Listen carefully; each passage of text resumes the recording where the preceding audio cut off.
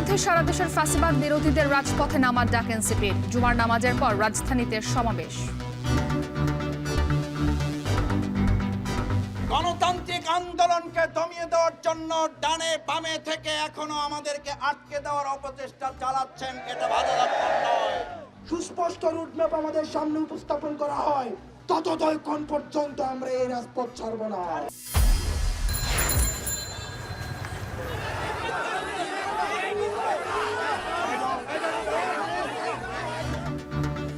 নানা নাটকীয়তার পর নারায়ণগঞ্জ সিটির সাবেক মেয়র সেলেনা হায়াত আইভি গ্রেপ্তার। আদালতে হাজিরের পর কারাগারে পাঠানোর নির্দেশ।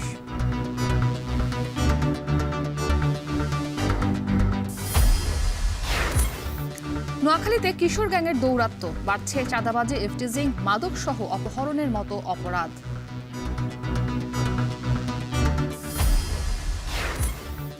জৌলুস হারিয়েছে রাজশাহীর পাদুকাপল্লী। বন্ধ অধিকাংশ কারখানা, বছরে 60 কোটি টাকার ব্যবসা নেমেছে তলানিতে। এবং ফেনীতে অতীতের সব রেকর্ড ছাড়িয়েছে ইরি ও বোরো ধানের ফলন। বন্যার ক্ষতি কাটিয়ে উঠতে পারায় খুশি কৃষক। 116 ডিসিম করছি, আল্লাহ দিলে খুব ভালো আছে। এবার ধানের ফসল ভালো হয়েছে, আর এখানে জমিনে ধান।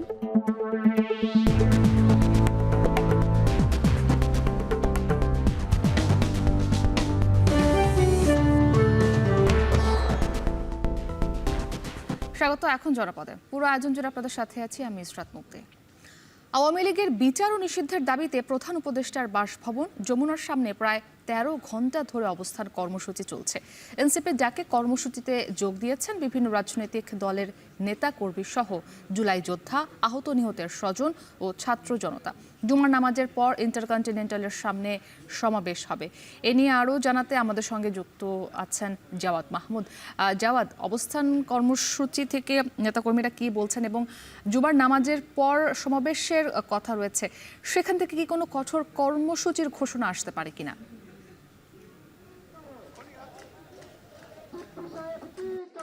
আপনি যেমনটি বলছিলেন যে বাদ জুমা মূলত তারা এই আওয়ামী লীগ নিষিদ্ধের দাবিতে এখানে সমাবেশ করার ঘোষণা দিয়েছে এবং সেই লক্ষ্যে একটি মঞ্চ তৈরির কাজ হচ্ছে। এবং আমরা দেখছি যে এখন এই মুহূর্তে প্রধান উপদেষ্টার বাসভবনের সামনে মূলত ছাত্র জনতা তারা অবস্থান নিয়েছেন এবং তারা নানান ধরনের স্লোগান দিচ্ছেন। এখানে আমরা দেখছি যে এনসিপির 2 শীর্ষ নেতা, যেমনটি আপনি বলছিলেন যে এটি মূলত এনসিপির দক্ষিণাঞ্চলের মুখ্য সংগঠক হাসনাত আব্দুল্লাহ এই এখানে অবস্থান কর্মসূচির ঘোষণা দিল। ধীরে ধীরে অন্যান্য সংগঠনগুলো বা জুলাইয়ের যে প্ল্যাটফর্মগুলো রয়েছে তারা এটি বাস্তবায়নের লক্ষ্যে বা এখানে যারা সংহতি জানাতে এসেছেন এবং তারা সংহতি জানিয়েছেন। আমরা দেখেছি আপ বাংলাদেশ ইনকলাব মঞ্চ পিলখানা হত্যাকাণ্ডে যে শিকার হয়েছে পরিবারগুলো, তারা এখানে জানিয়েছে। বিভিন্ন ধরনের রাজনৈতিক সংগঠনগুলো আমরা দেখেছি, ইসলামী ছাত্র শিবিরকে দেখেছি তারা সংহতি জানাতে। বাংলাদেশ জামায়াত ইসলামের পক্ষ থেকে আমরা দেখেছি এখানে সংহতি জানিয়েছে।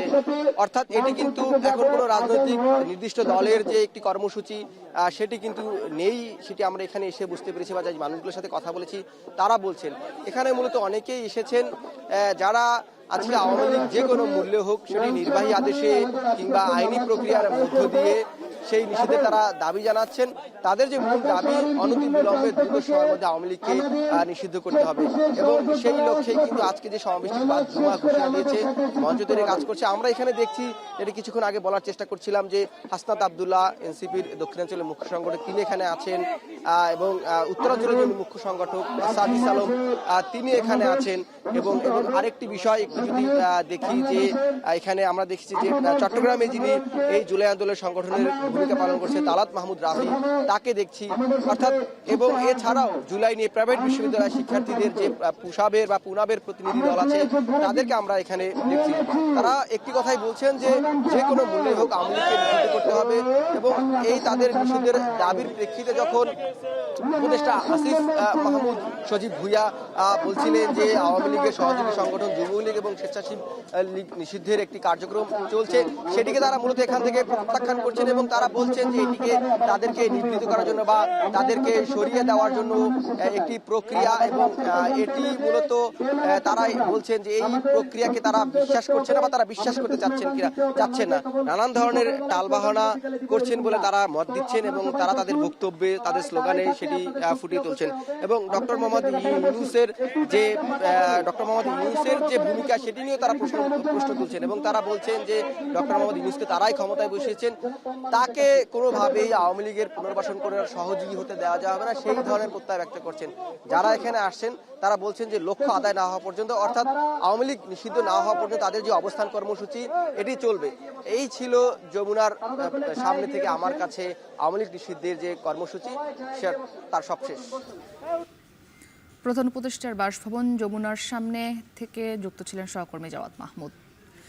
বৈষম্য বিরোধী আন্দোলনে হত্যা ও হত্যাচেষ্টা মামলায় নারায়ণগঞ্জ সিটি কর্পোরেশনের সাবেক মেয়র ডাক্তার সেলিনা হায়াত আইভিকে গ্রেপ্তার করেছে পুলিশ। শুক্রবার ভোর 6:45টার দিকে তাকে গ্রেপ্তার করা হয়। এর আগে রাতে তাকে গ্রেপ্তার করতে গেলে বাধা দেয় সমর্থকরা, আর গ্রেপ্তারের পরে আইভিকে নিয়ে যাওয়ার সময় পুলিশের গাড়িতে হামলা চালায় দুর্বৃত্তরা।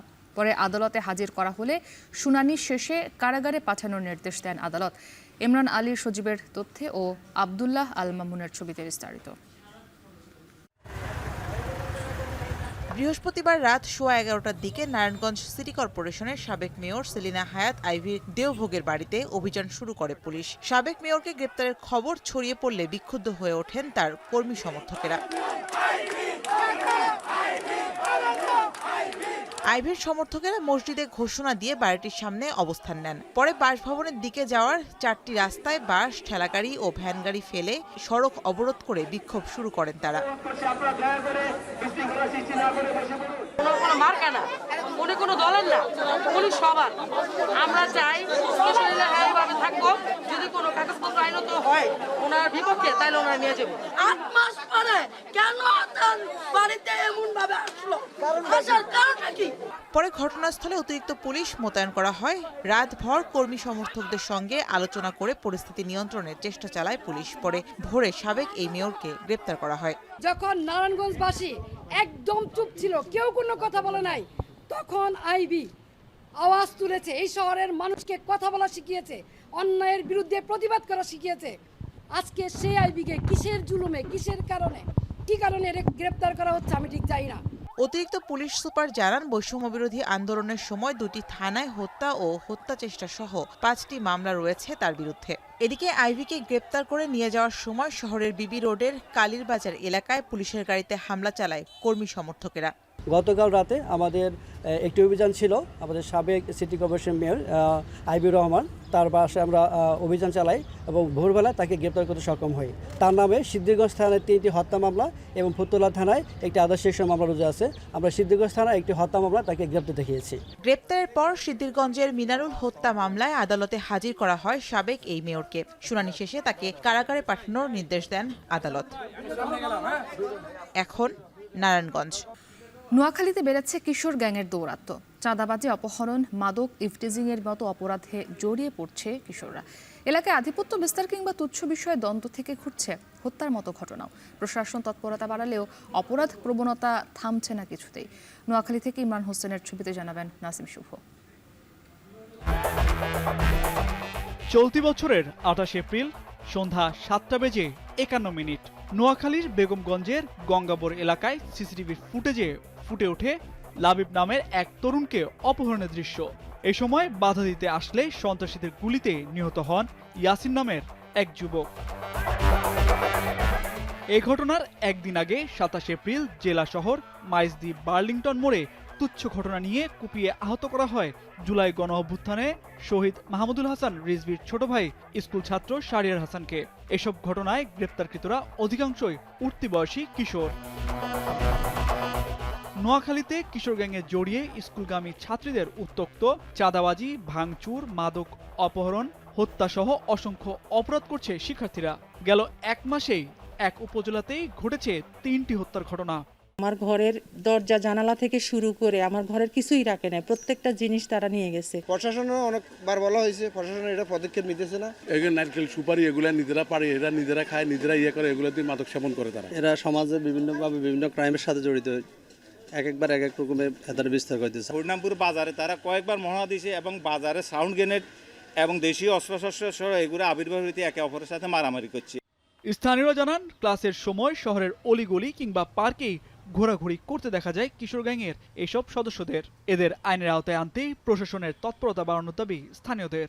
আমরা যখন স্কুলে আসি তখন আমাদের পিছনে পিছনে ছেলেগুলো থাকে এবং বিভিন্ন ধরনের কথা বলে, যার কারণে আমরা ভয়ে আতঙ্কিত হয়ে যাই। গার্ডিয়ানরা তাদের সন্তানদেরকে এই পথ থেকে ফিরে আসুক, আর এই ধরনের অপরাধ আমরা কখনোই কাম্য নয়, এটা আমরা কখনোই চাই না। রাজনৈতিক ব্যক্তিত্ব, সামাজিক ব্যক্তিত্ব যদি একটু ভালো ভূমিকা পালন করে, স্কুলে আসা যাওয়ার ক্ষেত্রে ভূমিকা পালন করে, তাহলে আমরা এই ক্ষেত্রে নিস্তার পাবো। পুলিশ বলছে, অপরাধীদের দমনে সক্রিয় তারা।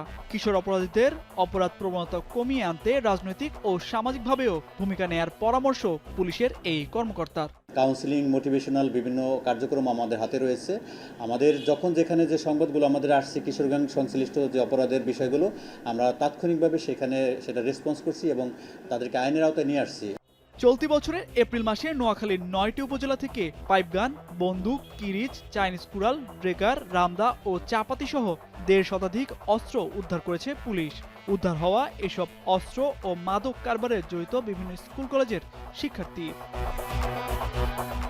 এখন নোয়াখালী। মৌলভীবাজারের লাতো সীমান্তে নতুন করে আরও 6 জন অনুপ্রবেশ করেছে, নিয়ে মোট 124 জনের অনুপ্রবেশের ঘটনা ঘটল। নতুন করে অনুপ্রবেশ করা প্রত্যেককে আটক করেছে বিজিবি। এ নিয়ে আরও জানাতে কমলগঞ্জের মোকাবিল সীমান্ত এলাকা থেকে যুক্ত হয়েছেন এম এ হামিদ। হামিদ, সীমান্ত দিয়ে যারা নতুন করে অনুপ্রবেশ করেছে তাদের বিষয়ে কি তথ্য আছে আপনার কাছে?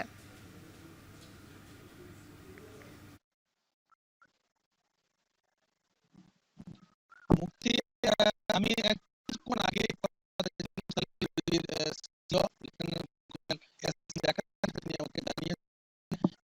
আগেই তারা কিন্তু বাংলাদেশি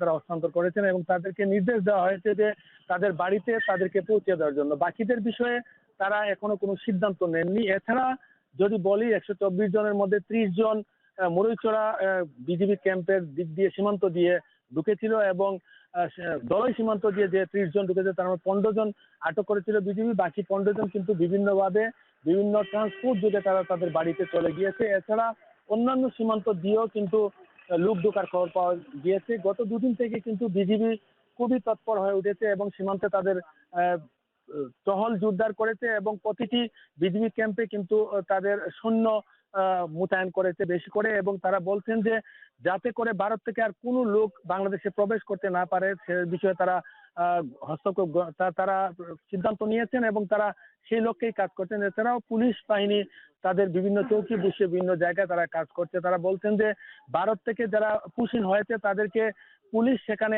আটক করে বিভিন্ন জায়গায় তারা বসবাস করত, তাদেরকে সেখান থেকে আটক করে বিমান যুগে উত্তর ত্রিপুরার সীমান্তে সেখানে মানিক ভান্ডার নামে যে বিমান বন্দর রয়েছে সেখানে নিয়ে এসেছিল এবং সেখানে এসে বিভিন্ন সীমান্ত দিয়ে তাদেরকে পুশিন করেছে। যখন তাদেরকে পুশিন করেছে তাদের হাত বাঁধা ছিল এবং চোখ বেঁধে তাদেরকে সেখানে ঢুকিয়ে দিয়েছিল এবং তারা কর্দমাক্ত অবস্থায় ছিল। যারা স্থানীয় জনগণ, জনসাধারণ বা জনপ্রতিনিধি যারা আছেন, যারা তাদেরকে সহযোগিতা করেছেন তারা এই বিষয়টি আমাকে জানিয়েছেন এবং বিজিবি বলছে আরো যারা আটক রয়েছে তাদের বিষয়ে পর্যালোচনা চলছে এবং পর্যালোচনা শেষে সিদ্ধান্ত গ্রহণ করা হবে। যদি বাংলাদেশ নাগরিক হয় সেক্ষেত্রে বাড়িতে নাগরিক না প্রত্যেকগুলো সীমান্তে কিন্তু সতর্ক অবস্থানে রয়েছে বিজিবি। এই ছিল আমার কাছে মৌলভীবাজারের কমলগঞ্জের সীমান্ত এলাকা থেকে সবশেষ মুক্তি। কমলগঞ্জের মোকাবিল সীমান্ত এলাকা থেকে যুক্ত ছিলেন সহকর্মী এম এ হামিদ। এখন জনপদে একটি বিরতি নিচ্ছি, সাথেই থাকুন।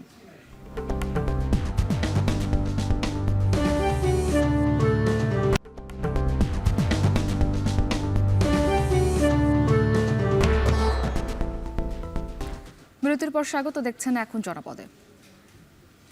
ময়মনসিংহের বাজারে বেড়েছে সবজির সরবরাহ, এতে খুচরা পর্যায়ে সবজির দাম কমেছে 8 থেকে 10 টাকা পর্যন্ত। এ নিয়ে আরো জানাতে নগরীর মেছুয়া বাজার থেকে যুক্ত আছেন ইমতিয়াজ আহমেদ। ইমতিয়াজ, বাজারে সবজির সরবরাহ কেমন দেখছেন, দরদাম কেমন জানাবেন, বিক্রেতারা কি বলছেন?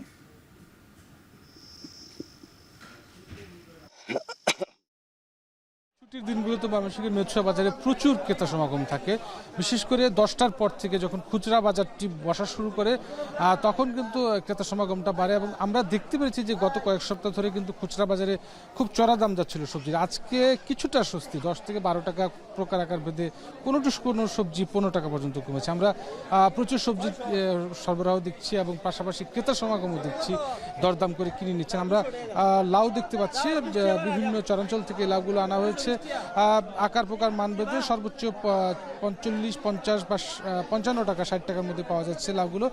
বেগুন গত সপ্তাহে কিন্তু 80 থেকে 85 টাকা পর্যন্ত ছিল, সেগুলো বেগুন আকার প্রকার ভেদে মান ভেদে কমে কিন্তু 60 থেকে 65 টাকা সর্বোচ্চ বিক্রি হচ্ছে।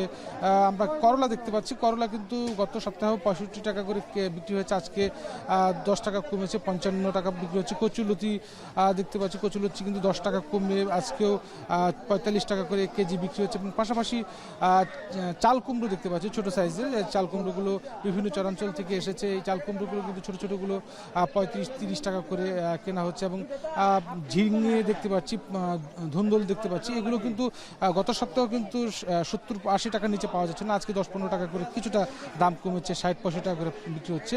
শসা গত সপ্তাহেও ছিল 60 টাকা করে, সেগুলো আজকে বিক্রি হচ্ছে 50 টাকা। এবং এছাড়া ধনেপাতা দেখতে পাচ্ছি বিক্রি হচ্ছে 60 থেকে 65 টাকা করে।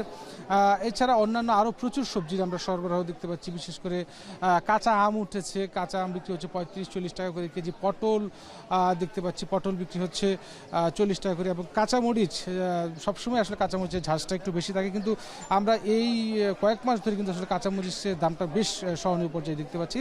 গত সপ্তাহেও আমরা 55-60 দেখতে পেয়েছিলাম, এবারও 55-60 টাকায় বিক্রি হচ্ছে। এবং পাশাপাশি বরবটি দেখতে পাচ্ছি, বরবটি বিক্রি হচ্ছে 50 থেকে 40 থেকে 50 টাকা এর মধ্যে। সুতরাং সব মিলিয়ে বলা যায় যে আসলে গত সপ্তাহে যে চড়া দামটা ছিল খুচরা বাজারে এই সবজির, আজকে কিছুটা স্বস্তি মিলেছে। এবং বিক্রেতারা যেটা বলছেন, আজকে সরবরাহ বাড়ার কারণে 10 থেকে 15 টাকা সর্বোচ্চ বিভিন্ন প্রকার আকার মানভেদের সবজিতে দাম কমেছে। মুক্তি, এই ছিল আমার কাছে ময়মনসিংহের মেট্রো বাজার থেকে সবজির দরদামের সর্বশেষ খবর। ইমতাজ আহমেদ যুক্ত ছিলেন ময়মনসিংহ থেকে। সাগরে মাছ ধরা 58 দিন নিষেধাজ্ঞার 24 দিন পার হলেও প্রণোদনার খাদ্য সহায়তা পায়নি পিরোজপুরের জেলেরা। এতে মানবেতর জীবন পার করছে জেলে পরিবার। এ বিষয়ে আরও জানাতে পিরোজপুরের মাছুয়া জেলেপল্লী থেকে যুক্ত হয়েছেন জিয়াদ মাহমুদ। জিয়াদ, পিরোজপুরে নিবন্ধিত জেলেদের সংখ্যা কত এবং কবে নাগাদ তাদেরকে খাদ্য সহায়তা দেয়া হতে পারে, কর্তৃপক্ষ কি বলছে?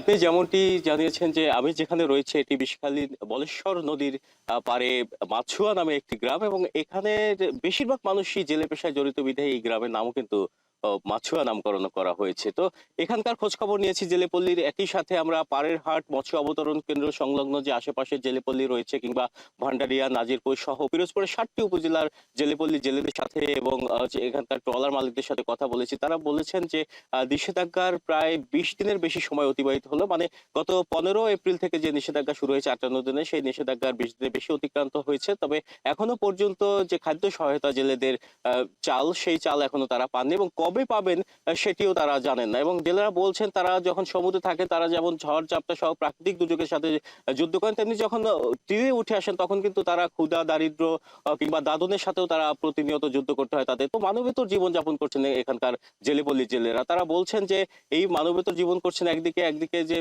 বাড়িতে যে রসদ সামগ্রী সেটিও ফুরিয়ে এসেছে, এর ফলে কিন্তু পারিবারিক যে কলহ, সেই কলহ পর্যন্ত বৃদ্ধি পেয়েছে বলে জেলেরা আমাদের জানিয়েছেন। তো এখানের যে মৎস্য কর্মকর্তা রয়েছেন তিনি আমাদের জানিয়েছেন যে চাল দেওয়ার বিষয়ে সরকারের সংশ্লিষ্ট মন্ত্রণালয়ের সাথে তাদের যোগাযোগ অব্যাহত রয়েছে।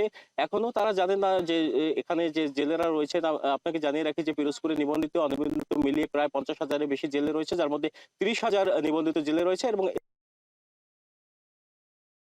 ছিল সেখানে তারা 86 কেজি করে চাল পেতেন, এখন যেহেতু নিষেধাজ্ঞা সময় কমিয়ে আনা হয়েছে সেহেতু তারা 80 কেজি করে চাল পাবেন। তবে একটি বিষয় তারা জানিয়েছেন যে এখানে যারা নদ-নদীতে মাছ শিকার করেন, যারা ঝাটকা সংরক্ষণ অভিযান চলছে এবং ঝাটকা সংরক্ষণের যে চাল, সেই চাল 2 দিনের মধ্যে বিতরণ করা হবে বলেও জেলা মৎস্য কর্মকর্তা জিয়াদ মাহমুদ যুক্ত ছিলেন বরগুনা থেকে। বিশ্বের সবচেয়ে মজবুত আরএফএল ল্যাডার, যা 6061 গ্রেড অ্যালুমিনিয়ামে তৈরি। শক্তিশালী এমএস ক্রসবার নিশ্চিত করে সর্বোচ্চ নিরাপত্তা। RFL ladder. জৌলুস হারিয়েছে রাজশাহীর কালুহাটি পাদুকাপল্লী বন্ধ অধিকাংশ কারখানা। বছরে ৬০ কোটি টাকার ব্যবসা নেমেছে তলানিতে। জুতা স্যান্ডেল তৈরির কারিগররা বেছে নিয়েছেন ভিন্ন পেশা। উৎসব ঘিরে ব্যবসার স্বপ্ন বাঁচিয়ে রেখেছে কিছু কারখানা। শিল্পপল্লীটিতে গতি ফেরাতে উপজেলা প্রশাসন সহ কারিগরি ও ঋণ সহায়তা দিতে কাজ শুরু করেছে বিসিক। সজীব আহমেদের ছবিতে জানাবেন রাকিবুল হাসান। পথচলায় পায়ের যত্নে পাদুকার কদর কার কাছে নেই। তবে শিক্ষার্থী নির্ভর অর্থনীতির রাজশাহী শহরে সামর্থ্যের দৌড়ে শুধু ব্র্যান্ড শপ নয়, বছরের বেশিরভাগ সময়ে নির্ভরতা থাকে স্থানীয়ভাবে তৈরি জুতা স্যান্ডেলে। কম দামে এখানে পাই, ওখানে ১৫০০-২০০০ টাকা দামের স্যান্ডেল কেনা তো সমর্থ আমাদের অনেক সময় থাকে না। এখানে যদি ৬০ টাকাতে স্যান্ডেল কিনবেন আপনার তাও আছে, ৩০০০ টাকাতে স্যান্ডেল কিনবেন তাও আছে।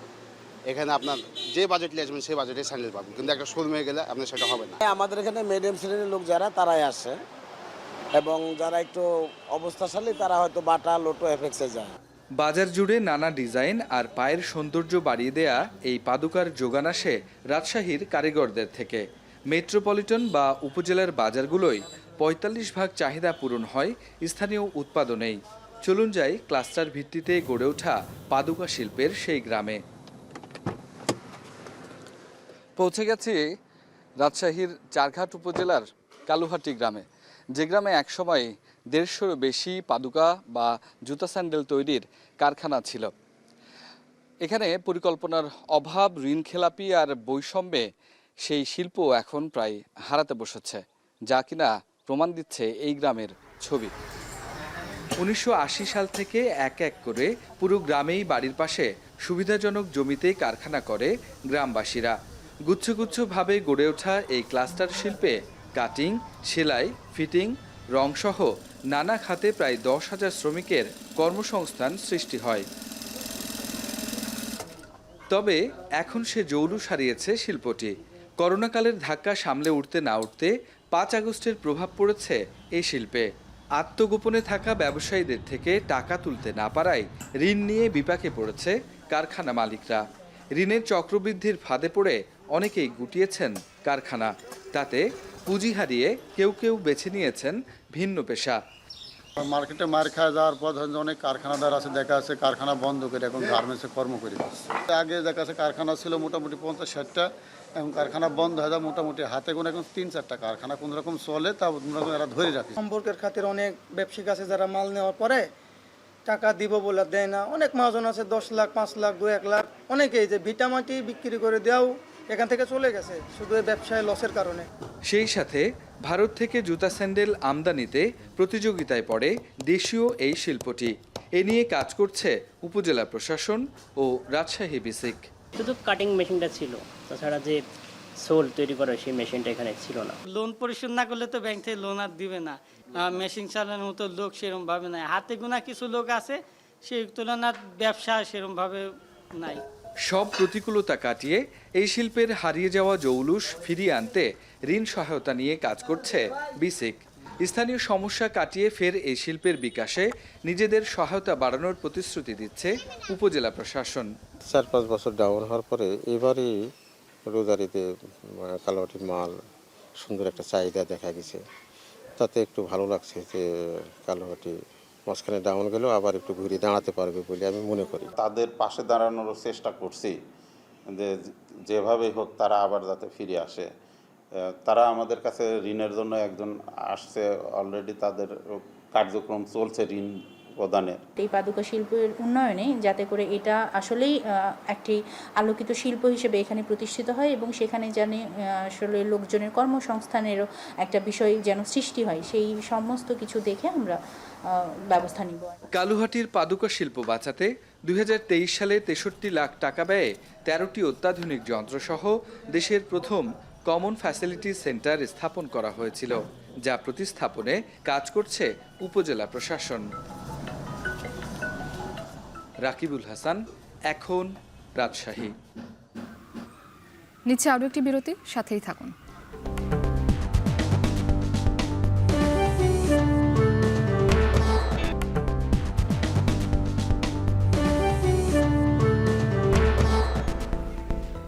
আবারও স্বাগত, এখন জনপদে।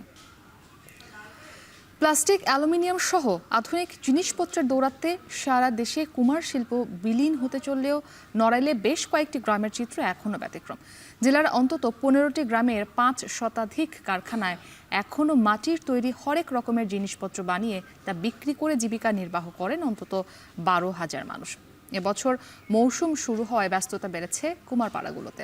পুরুষের পাশাপাশি কাজ করছেন পরিবারের নারী, শিশু, বৃদ্ধরা। মোহাম্মদ ইমরান হোসেনের প্রতিবেদন।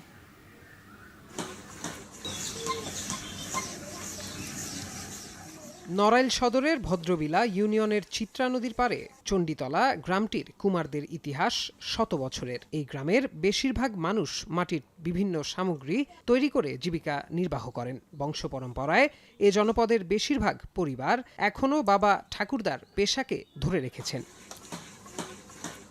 চণ্ডীতলা গ্রামের একজন মৃৎ কারিগর কালীপদ পাল 5 দশকেরও বেশি সময় ধরে কুমারের চাকা নিজ হাতে ঘুরিয়ে নিপুণ হাতে তৈরি করছেন মাটির তৈরি বিভিন্ন সামগ্রী। প্রতিদিন কাজ করেন সকাল থেকে সন্ধ্যা অবধি। নতুন প্রজন্মের কেউ এই কাজের প্রতি আগ্রহী না বলে জানান তিনি।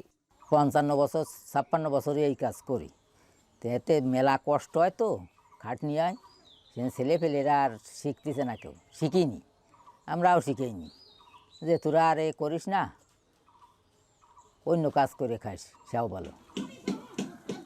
শুধু কালীপদ পালই নয়, নড়াইল জেলার চণ্ডীতলা, কুমারডাঙ্গা, রতডাঙ্গা, রায়গ্রাম, ছোট কালিয়া সহ জেলার অন্তত 15টি গ্রামের 5 শতাধিক কারখানায় বিরামহীনভাবে চলছে কুমারের চাকা। ব্যস্ত সময় পার করছেন গ্রামের বেশিরভাগ মানুষ। বাড়িতে বাড়িতেও কুমারের চাকা ঘুরছে দিনরাত। কেউ মাটিতে পানি মিশিয়ে কাদা নরম করছে, কেউ মাটির তৈরি জিনিস রোদে শুকানোর কাজ করছে, কেউ আবার ব্যস্ত এসব পুরানোর কাজে। কুমারপাড়াগুলোতে তৈরি হচ্ছে রান্নাঘরের হাঁড়ি, কড়াই, ফুলের টব, কলস, পিঠার ছাঁচ সহ অন্তত 30 রকমের গৃহস্থালী জিনিস। স্থানীয় চাহিদা মিটিয়ে এ সকল মাটির তৈরি পণ্য যাচ্ছে বেশ কয়েকটি জেলায়। আমাদের কাজের মাল অনেক জেলায় চলে যায়, বানানোর বিভিন্ন প্রকারের মাল আছে, সব নিয়ে চলে যায় পাইকারি আর কি।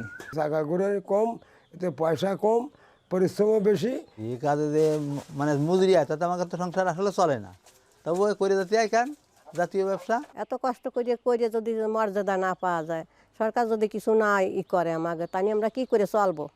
ব্যবসার পরিধি বাড়াতে বিসিক পাশে থাকবে বলে জানান এই কর্মকর্তা। প্রশিক্ষণ সহ সহজ শর্তে ঋণ দিয়ে এ শিল্পকে টিকিয়ে রাখার চেষ্টার কথাও জানান তিনি। তাদের এই আদি পেশাটাকে টিকিয়ে রাখার জন্য বিসিক নড়াইল সবসময় তাদের পাশে আছে।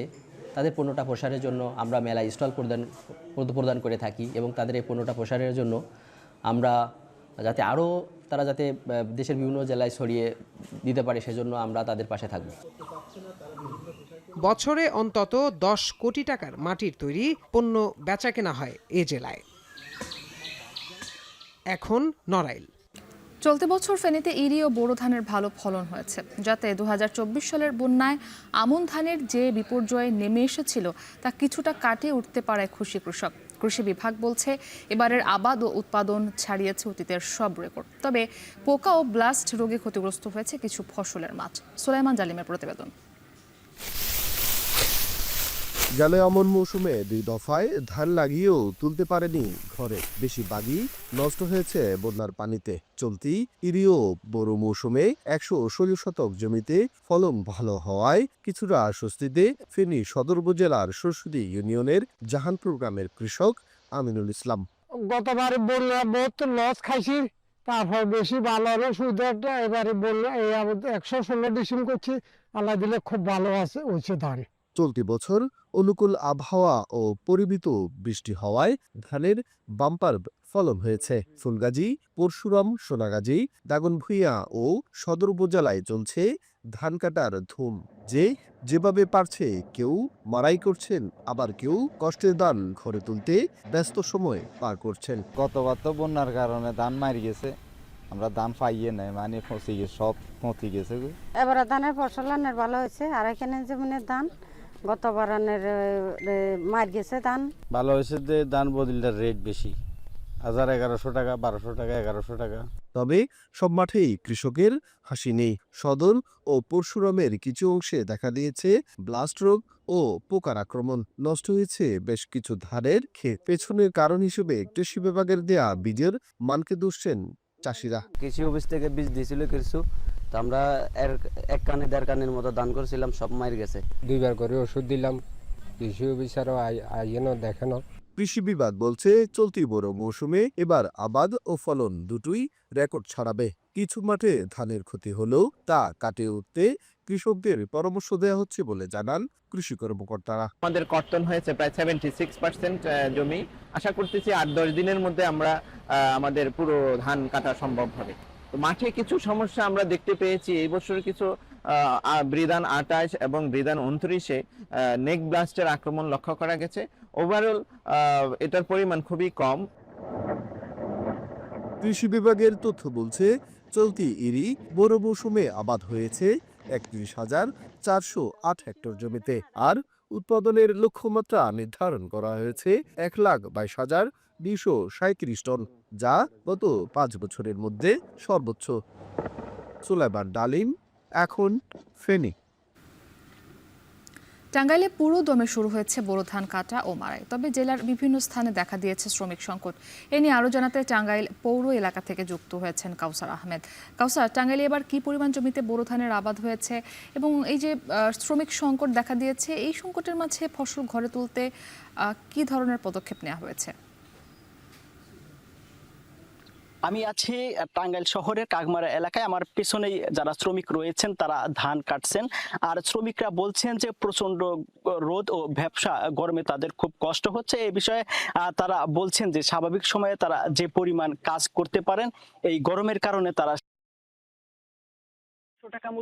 শ্রমিকের মজুরি অনুযায়ী শ্রমিকরা ধান কাটছেন। আর এছাড়াও পার্শ্ববর্তী কালিহাতী উপজেলায় 1000 থেকে 1100 টাকা মজুরিতে ধান কাটতে হচ্ছে যারা কৃষক রয়েছেন তাদের। এতে শ্রমিকরা ধান কাটছেন। আর এছাড়াও পার্শ্ববর্তী কালিহাতী উপজেলায় 1000 থেকে 1100 টাকা মজুরিতে ধান কাটতে হচ্ছে যারা কৃষক রয়েছেন তাদের। এতে করে তারা বলছেন যে তাদের উৎপাদন খরচ বেড়ে গিয়েছে অনেকটা। আর এছাড়াও উৎপাদন খরচ বাড়লেও ধানের দাম খুব একটা বাড়েনি, আর যে কারণে তাদের লাভও হচ্ছে না। আর এ বিষয়ে যারা প্রান্তিক পর্যায়ের কৃষকরা রয়েছেন তারা বলছেন যে তারা সরকারের কাছে দাবি করেছেন যে উৎপাদন খরচের জন্য জ্বালানি তেল, ডিজেল এবং বিদ্যুতের দাম, এছাড়াও সার ও কীটনাশকের দাম কমানো হলে তাহলে উৎপাদন খরচ অনেকটাই কমবে, তখন তারা অনেকটাই লাভবান হতে পারবে। আর এদিকে আমার সাথে কয়েকজন যারা শ্রমিক রয়েছেন তাদের সাথে কথা হয়েছে, তারা বলছেন যে এই গরমে তাদের মজুরি বাড়লেও তারা স্বাভাবিকের মতো কাজ করতে পারেন না। আর এছাড়াও যে পরিমাণ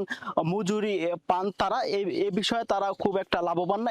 এর কারণ হিসেবে তারা বলছেন যে তারা 800 থেকে 1100 টাকা মজুরি পেলেও যখন এই টাকা নিয়ে তারা নিত্য পণ্যের বাজারে যান, তখন তারা বলছেন যে নিত্য পণ্যের প্রত্যেকটা পণ্যের দামই বেড়েছে। আর এছাড়াও অনেকের সন্তান, যাদের শিশু সন্তান রয়েছে, এছাড়াও যাদের ছেলে মেয়ে লেখাপড়া করে তাদের সংসার চালাতে হিমশিম খেতে হয়। এদিকে আমার সাথে কথা হয়েছে কৃষি অর্থনীতিবিদের, তারা বলছেন যে এই কৃষিতে যদি আধুনিকায়ন করা হয়, বিশেষ করে হারভেস্টার মেশিনের মাধ্যমে যদি ধান কাটা হয়, এছাড়াও যদি মেশিনের মাধ্যমে রোপণ করা হয়, সেই ক্ষেত্রে ধানের উৎপাদন খরচটা অনেক কম হবে বলে জানিয়েছেন অর্থনীতিবিদরা। আর এদিকে টাঙ্গাইলের যে কৃষি কর্মকর্তা রয়েছেন তিনি জানিয়েছেন যে চলতি মৌসুমে টাঙ্গাইলে প্রায় 1,76,000 হেক্টর জমিতে ধানের চাষ হয়েছে। তো অন্যান্য বছরের তুলনায় ফলন অনেকটাই ভালো হয়েছে। কৃষি কর্মকর্তা জানিয়েছেন যে প্রান্তিক পর্যায়ের কৃষকদের পরামর্শ সহ এছাড়াও যারা বিগত বন্যায় ক্ষতিগ্রস্ত হয়েছিলেন তাদের ধানের বীজ, এছাড়াও সার সহ বিভিন্ন কীটনাশক দিয়ে সহযোগিতা করা হয়েছে। আর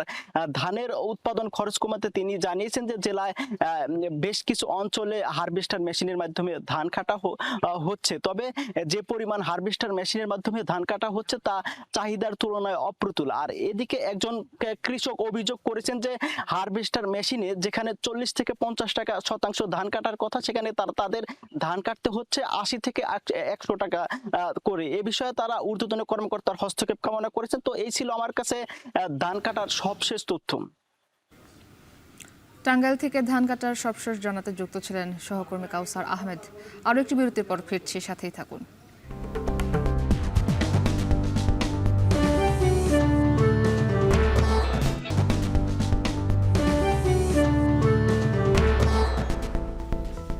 আবারও স্বাগত। এখন জনপদে ছুটির দিনে ভ্যাপসা গরমেও কক্সবাজার ও কুয়াকাটা সমুদ্র সৈকতে বেড়াচ্ছে ভ্রমণ পিপাসুদের ঢল। সে খবর জানাতে কক্সবাজার থেকে মন্তোষ বেতকু ও কুয়াকাটা থেকে যুক্ত আছেন জসিম পারভেজ। তবে শুরুতে কক্সবাজারের খবর জানবো মন্তোষ, সেখানে পর্যটকদের আগমনকে ঘিরে হোটেলের কত শতাংশ কক্ষ বুকিং হয়েছে জানাবেন?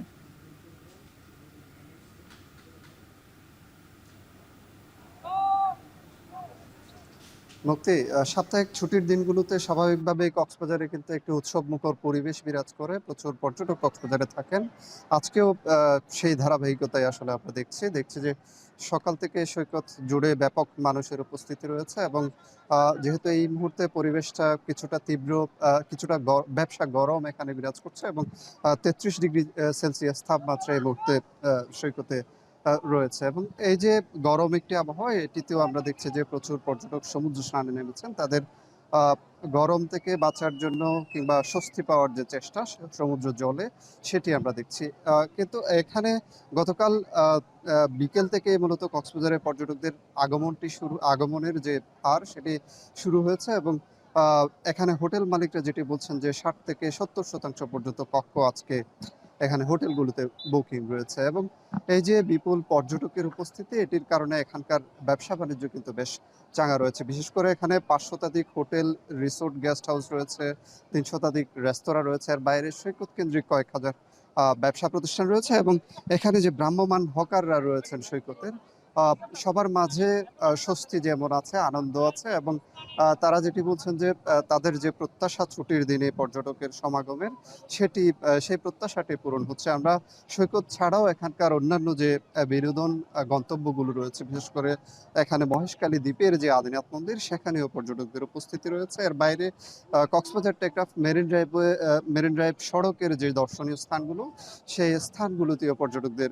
বিচরণ বেড়েছে। কক্সবাজার শহরের যে বৌদ্ধ মন্দির এলাকা, এর বাইরে রামু উপজেলার যে বৌদ্ধ বিহারগুলো রয়েছে, সেখানেও পর্যটকদের বিচরণ বেড়েছে এবং সব মিলে পর্যটন খাতে মূলত দীর্ঘদিন ধরে আসলে গত ঈদের পর থেকে যে স্বস্তিকর একটি পরিবেশ তৈরি হয়েছে, সেটি এখনও বিরাজ করছে এবং দেশের যে বর্তমান পরিস্থিতি, সেটির কারণেও এই যে স্বাভাবিক পর্যটক সমাগম সেটি রয়েছে এবং ব্যবসা বাণিজ্য চাঙ্গা রয়েছে এবং এটি কিন্তু এখানকার যে পর্যটন খাতে বিনিয়োগকারীরা রয়েছেন তাদের মাঝে যে স্বস্তিটি রয়েছে, সেই স্বস্তিটি অব্যাহত থাকায় তারা কিন্তু তাদের আনন্দের কথা জানিয়েছেন। এখানে যেহেতু ছুটির দিনগুলোতে বাড়তি একটি পর্যটকের চাপ থাকে, এটির কারণে এখানকার বেশ নিরাপত্তা ব্যবস্থাও কিন্তু এখানে জোরদার রাখা হয়। আমরা দেখছি যে ট্যুরিস্ট পুলিশের সদস্যরা এখানে তৎপর রয়েছেন। আর বাইরে কোনো পর্যটক যাতে পানিতে নেমে বিপদাপন্ন পরিস্থিতিতে না পড়েন, সেটি নিশ্চিত করতে এখানে ২৭ জন মতো সৈকতের ৩টি পয়েন্টে লাইফগার্ড সদস্য দায়িত্ব পালন করছেন। মুক্তি, এই ছিল কক্সবাজার সৈকত থেকে আমার কাছে সবশেষ। জসিম, কুয়াকাটার খবর জানাবেন, সেখানে সমুদ্র সৈকতে পর্যটকদের ঢল কেমন দেখছেন এবং একই সঙ্গে জানাবেন পর্যটন খাত সংশ্লিষ্ট যারা রয়েছেন তারা কি বলছেন? জি, আসলে পর্যটন কেন্দ্র কুয়াকাটা নগরী হচ্ছে প্রাকৃতিক সৌন্দর্যের ভান্ডার। আর এই প্রাকৃতিক সৌন্দর্যের ভান্ডারে দেশের বিভিন্ন স্থান থেকে যে প্রকৃতি প্রেমী যে সকল পর্যটক রয়েছে, তারা এখানে ছুটে এসেছেন। আপনি জানেন যে আগামীকাল থেকেই কিন্তু বুদ্ধ পূর্ণিমার যে উৎসব রাখাইনদের, সেই উৎসবকে ঘিরে দেশের বিভিন্ন স্থান থেকে আগামীকাল এবং পরশু 2 দিন তারা কুয়াকাটায় সমবেত হবেন এবং এখানে বিভিন্ন ধর্ম অবলম্বী যারা রয়েছেন তারাও এখানে আসবেন বলে এমনটি প্রত্যাশা করছেন এখানকার যে আয়োজকরা। এছাড়া যে পর্যটন কেন্দ্র কুয়াকাটার 22 কিলোমিটার সৈকতের বিভিন্ন স্পট রয়েছে, দর্শনীয় স্পট, সে সকল স্পটে পর্যটকের বিচরণ বেশি রয়েছে। আমরা কথা বলেছি গঙ্গামতি কাউয়াচর যে সমুদ্র সৈকত রয়েছে সেখানের ব্যবসায়ীদের সঙ্গে। তারা বলেছে যে এখানে সূর্য উদয়ের থেকে দুপুর পর্যন্ত এখানে ব্যাপক পর্যটকের চাপ থাকে এবং সে সকল পর্যটকরা সেখানকার যে ঝাউবন সহ অন্য অন্য বনানীতে বিচরণ করে। এরপরে একই সঙ্গে পাশাপাশি সেখানে রয়েছে গঙ্গামতি লেক, সেখানে তারা স্পিডবোট এবং বিভিন্ন নৌযানে করে পর্যটকরা ঘুরছেন এবং আনন্দ উল্লাসে মেতে উঠেছেন। এছাড়া যে মিস্ত্রিপাড়া বৌদ্ধ বিহার রয়েছে, সেখানেও পর্যটকরা বিচরণ করছেন এবং সেখানকার যে তাঁতপল্লী রয়েছে, সেই তাঁতপল্লীতে তারা কেনাকাটায় ব্যস্ত সময় পার করছেন পর্যটকরা। সেখানকার ব্যবসায়ীরা এমনটি আমাদের নিশ্চিত করেছে। এছাড়া যে কুয়াকাটা সমুদ্র সৈকতে যে পর্যটকরা এসেছেন তাদের নিরাপত্তা নিশ্চিত এবং সেবা নিশ্চিতে কুয়াকাটা ট্যুরিস্ট পুলিশ কার্যকর ভূমিকা পালন করছে এবং এখানকার যে গঙ্গামতি এবং এখানকার যে লেমপুর বন্ড আন্ধারমানিক নদের মোহনা পর্যন্ত প্রায় 22 কিলোমিটার সৈকতে পর্যটকের বিচরণ রয়েছে বিভিন্ন স্পটে। এখানকার যে জাতীয় উদ্যান রয়েছে সেখানেও পর্যটকরা বিচরণ করছে এবং আন্ধারমানিক নদের ওপারে যে টেংরাগিরি বন রয়েছে সেই বনেও তারা বিচরণ করছে।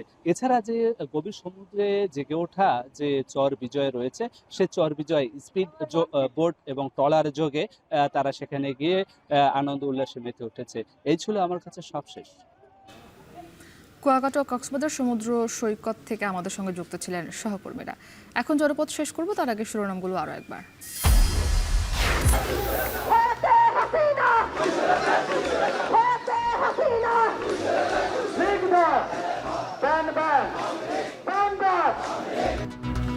আওয়ামী লীগ নিষিদ্ধে সারা দেশের ফ্যাসিবাদ বিরোধীদের রাজপথে নামার ডাক এনসিপির। জুমার নামাজের পর রাজধানীতে সমাবেশ। গণতান্ত্রিক আন্দোলনকে দমিয়ে দেওয়ার জন্য ডানে বামে থেকে এখনো আমাদেরকে আটকে দেওয়ার অপচেষ্টা চালাচ্ছেন, এটা ভালো লক্ষণ নয়। সুস্পষ্ট রুটম্যাপ আমাদের সামনে উপস্থাপন করা হয়, ততক্ষণ পর্যন্ত আমরা এই রাজপথ ছাড়ব না।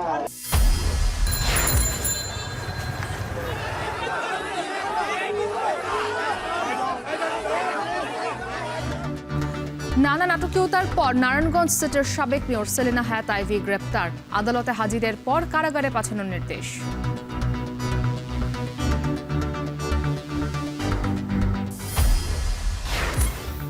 নোয়াখালীতে কিশোর গ্যাংয়ের দৌরাত্ম্য বাড়ছে, চাঁদাবাজি, ইফটিজিং, মাদক সহ অপহরণের মতো অপরাধ।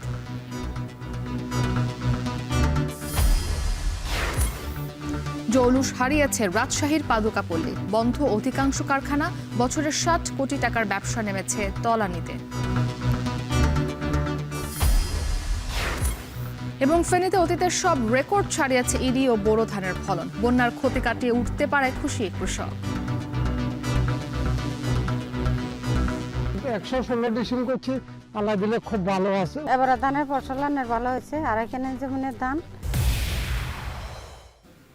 এই ছিল এখন জনপদে। এখন টেলিভিশন ওয়েবসাইটে দেখতে ভিজিট করুন এখন.টিভি। এছাড়া ফেসবুকে দেখতে ভিজিট করুন facebook.com/tv.এখন। আর ইউটিউবে সরাসরি দেখুন youtube.com/c/এখন টিভিতে।